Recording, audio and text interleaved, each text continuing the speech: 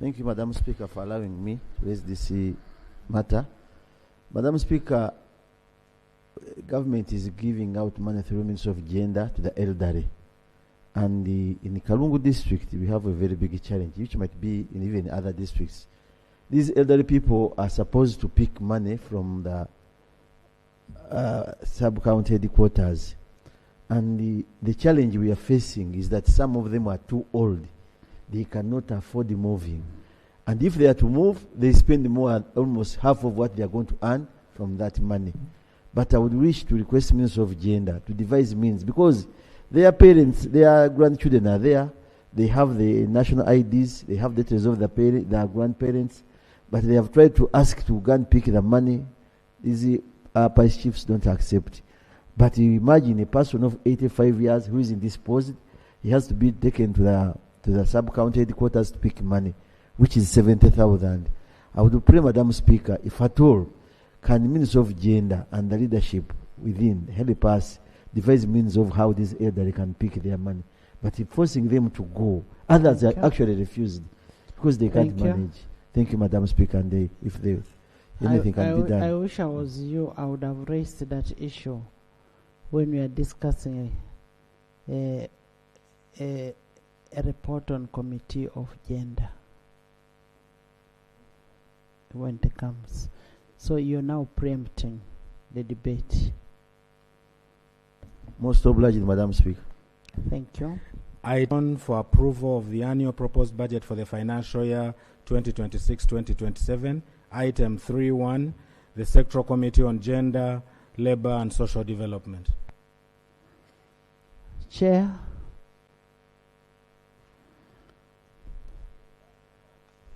We'll try to be brief in the reports.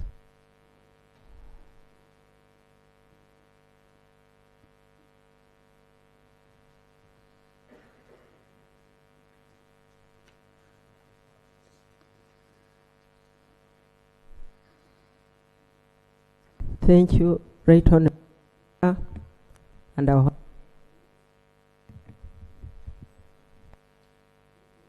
switch on. This is a report on the Committee on Gender, Labour and Social Development. I beg to lay on table the report and the minutes. Please lay. Right Honourable Speaker, the committee has looked into the ministerial policy statement together with the budget framework paper, and we have come up with a report. And the report is also looking at the two votes. Vote 018 of Ministry of Gender, Labour and Social Development, and also vote 124 for the Equal Opportunities Commission. Lowering of age eligibility for the SEG beneficiary. The Ministry of Gender has since 2010 been implementing SEG as a government of Uganda flagship social cash transfer assistance intervention for older persons. The program provides a monthly transfer of 25 to older persons aged 80 years and above to support them in meeting basic consumption needs and to live dignified lives. In November 2018, the government announced the national rollout of the grant to all districts in the country. The criterion was to begin with older persons who are 80 years and above, with commitment of lowering the age to 65 years within 3 years, while keeping those who were already on the program since 2010. During the cabinet sitting in September 2025, under reference CT 2025-132, approved the proposal to lower the eligibility age under SEG from the current 80 plus to 65 plus years. The committee noted that whereas government was proposing lowering the eligibility age from 80 plus to 60 plus, with the numbers of beneficiaries totaling to 1,048,598, the amount required is estimated at shillings 373.36 billion. However, what is provided in the financial year 2026-2027 budget is 1 1.22 billion, therefore leaving the funding gap of shillings 252.14 billion. As indicated below this table, the financial implication of achieving the lowering of age eligibility for SEG.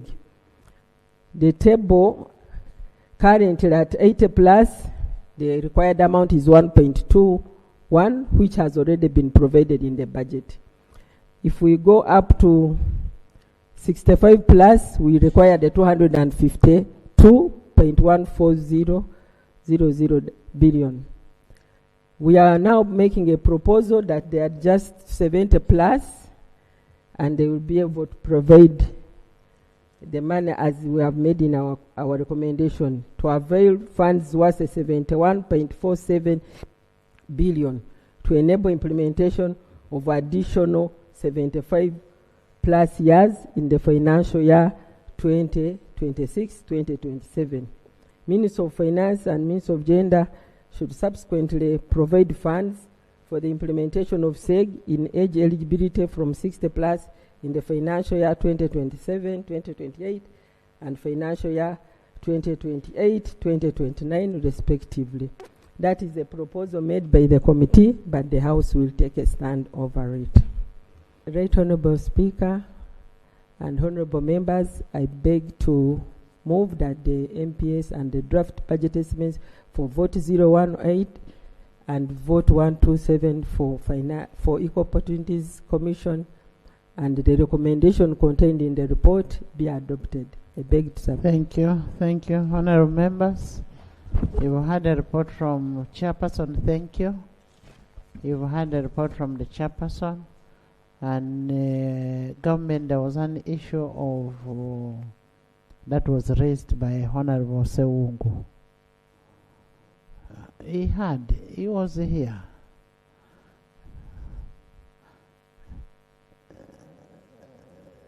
There was an issue of the money paid to the elderly, where the elderly are expected to go and sign themselves, and some elderly are actually opting out to go for a long distance for that money, and but in some areas they allow a representative to go with your identification and all that kind of thing. In my area they allow. Honourable Minister, Government report.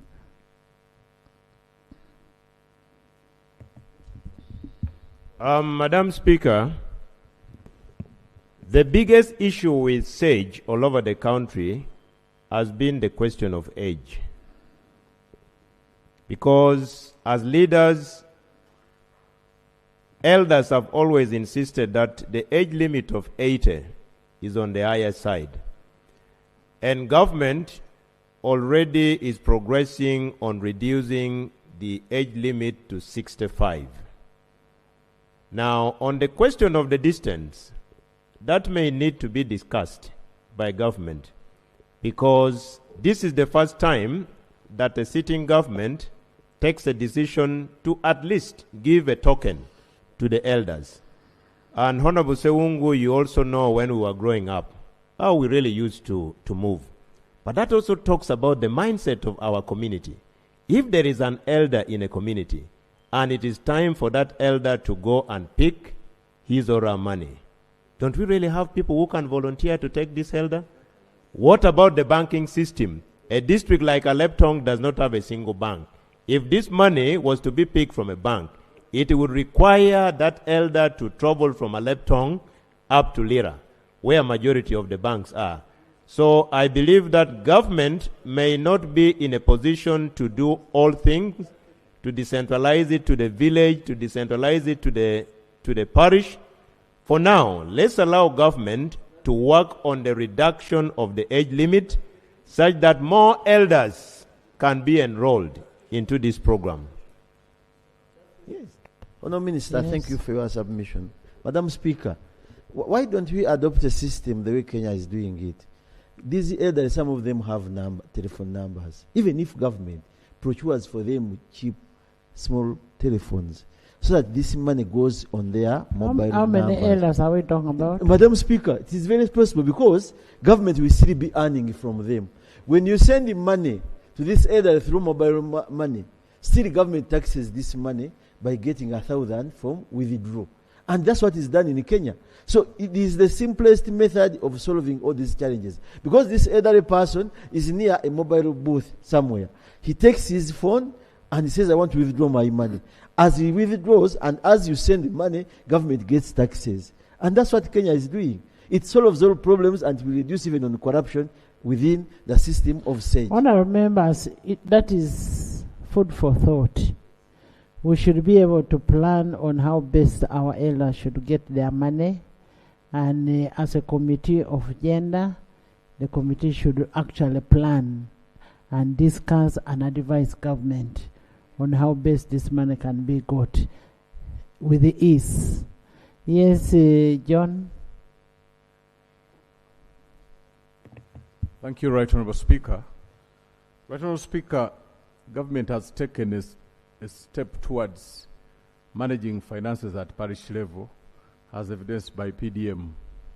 One of the proposals we can make is that we can start looking at these elderly people at parish level and then use the parish office to reach out to them with ease for avoidance of movement. Because someone moving from Buyende, where there is no bank, has to come to Kamuli, and it's a very long distance. So I want to appreciate the fact that we have now taken a step towards parish development model. The same approach can be is to take care of these elderly people using the parish office. I thank you. Actually, yesterday when we had a debate here, we also complaining about PDM. We say the parish officers are not doing a good job. They are removing you in Chankwansi. When Honorable Namere said that they would deduct the money, is it 500 or whichever, and give the other the balance. There's still a problem with the use of the parish chiefs. I think we need to have extensive discussion on how this can be done so that we come up with a viable solution. But meanwhile, Buyende needs a bank.